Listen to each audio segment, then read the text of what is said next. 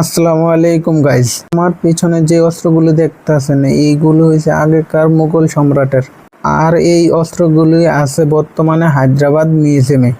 এই ভিডিওটি করার একটাই উদ্দেশ্য, আমি একা কেন এই অস্ত্রগুলি দেখব, এই ছোট্ট ভিডিওর মাধ্যমে তোমাদের মাঝে নিয়ে এসেছি। যদিও মিউজিয়ামে ভিডিও ফটো এলাও নেই, তবুও আমি সিকিউরিটি থেকে লুকিয়ে ভিডিও ক্লিপ করেছি। আর এইখানে আমি একা ছিলাম না, আমার মা বাবা দুজনেই ছিল। এইখানে আমি এমন কিছু দেখেছি যে ত্রিপুরার মিউজিয়ামে আমি দেখিনি।